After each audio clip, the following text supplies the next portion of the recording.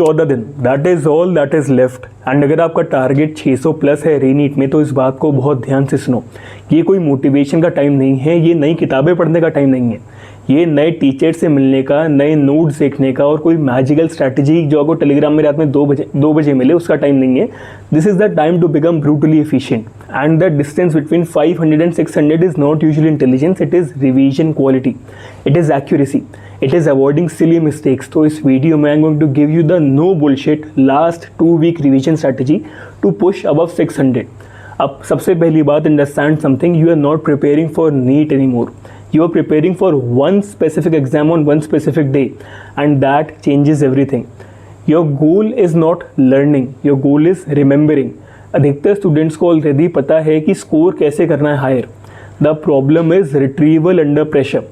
They know the concept at home, the exam hall makes them forget it. तो आपकी entire strategy जो है अभी ये है कि मेमोरी ऑप्टिमाइज कैसे करी जाए। अब इन 14 दिनों को 3 फेजेस में बांट देते हैं। पहला फेज़ है 1 से 5 दिन का, दूसरा 6 से 10 दिन का और तीसरा 11 से 14 दिन का। हर फेज़ का एक खुद का पर्पज़ है। सबसे पहले day 1 to 5 this is your maximum revision phase. कोई नए चैप्टर्स नहीं, कोई नई एक्सपेरिमेंटेशन नहीं, सिर्फ और सिर्फ हाई यील्ड रिवीजन। तो बायोलॉजी जो है it is your entire life for NCERT। Human physiology, genetics, biotechnology, ecology, reproduction, plant physiology, read them actively, passive reading मत करो और do not just read the lines. Book को बंद करो, recall करो क्या पढ़ा, खुद को टेस्ट करो, explain concepts to yourself, because active recall is what creates retention. Chemistry के लिए फोकस करो कोऑर्डिनेशन कंपाउंड्स पे, केमिकल बॉन्डिंग पे, पी ब्लॉक पे, बायो मॉलिक्यूल्स पे, amines, alcohols and aldehydes, ketones and electrochemistry and chemical kinetics. Physics के लिए mainly focus करो modern physics, current electricity, ray optics, semiconductors, magnetism and EMI। And here is the mistake most students make. They spend every hour revising and solving 20 questions. Wrong. For every hour of revision, there should be practice questions. Revision without application creates false confidence.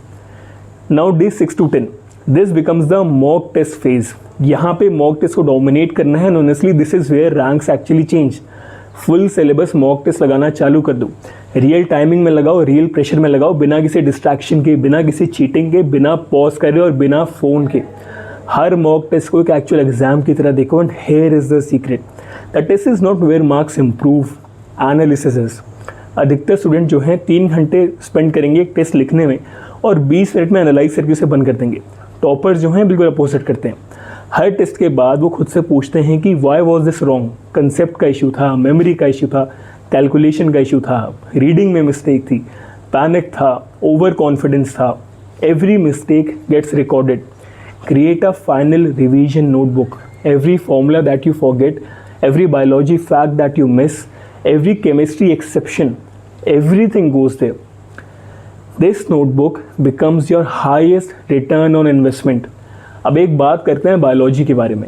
अगर आपका target biology में 340 plus करने का है, जो कि बहुत ज़रूरी है कम से कम 600 के पार जाने के लिए, कोई निगोशिएशन नहीं है यहाँ पे, तो बायोलॉजी वहाँ पे वो जगह है जहाँ पे रैंक्स बनती हैं। Not because it is easy, because most students become careless.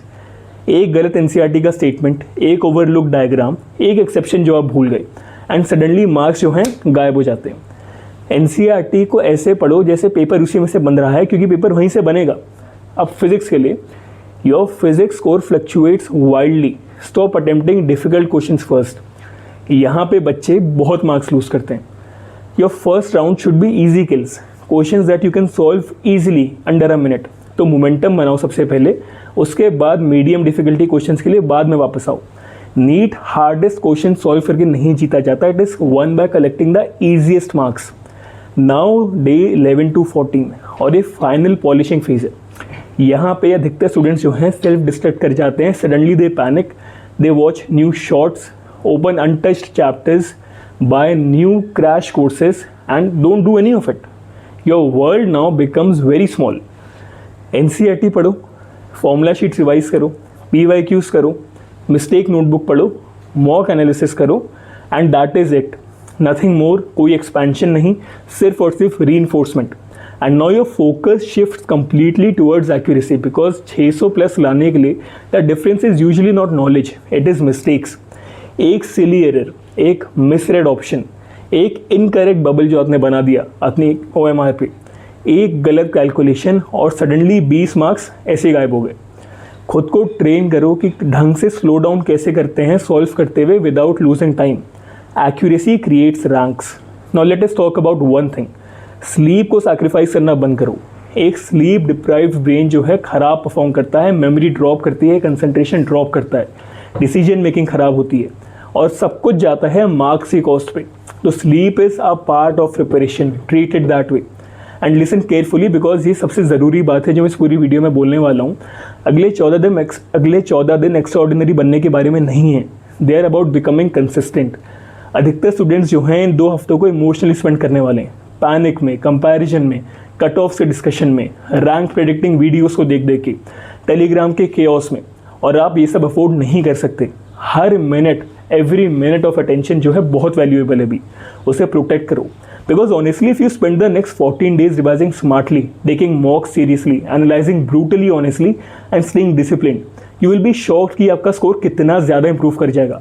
And ये सब मोटिवेशन से नहीं होगा, ना ये सब लक से होगा, ये सब होगा बिकॉज एक्सिक्यूशन वर्क्स।